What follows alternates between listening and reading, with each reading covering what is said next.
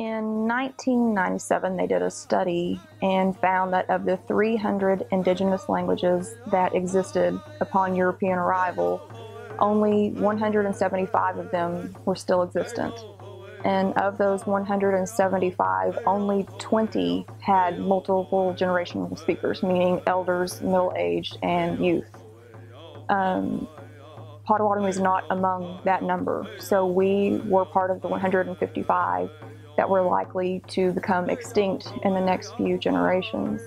So as a tribal member, I think that spending money and time and putting in every effort we can to make our language thrive and survive for generations to come, hopefully forever, that is one of the most important things that we can do as Potawatomi people. So it's absolutely one of the most important things that we can do as a Cultural Heritage Center and as a Cultural Resources Department to put the time and money and resources into rebuilding our language.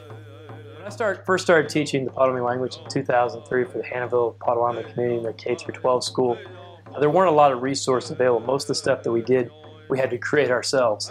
There was very little that was available on the internet. Today, we teach online classes here at the Citizen Potawatomi Nation. We have an online dictionary with over 5,000 words with audio files that folks can access on our website, www.potawatomi.org. And there are a variety of other areas, other websites out there that have language available to you.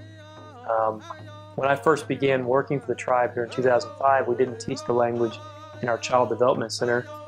Today, we've been teaching the language there for 6 or 7 years. Randy Schlachtun is the master teacher down there at the daycare. Does an excellent job teaching the kids, and they get that on a regular basis. So that's some of the major changes.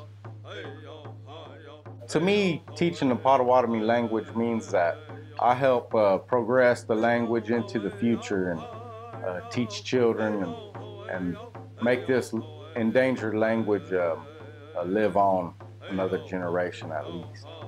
Grant funding is vital for the CPN Language Department because while the nation has always supported the department, when we have a really outside-the-box project with a really high startup cost, we seek grant funding for that to kind of take the burden of that off of the nation.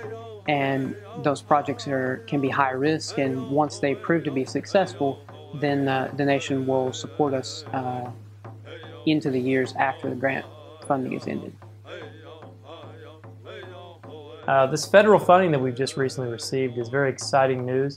It's going to allow us to create some online self-paced language classes, which is going to make the language more accessible to folks who live anywhere in the country. So if you want to learn Potawatomi at 2 a.m. in the morning, you can.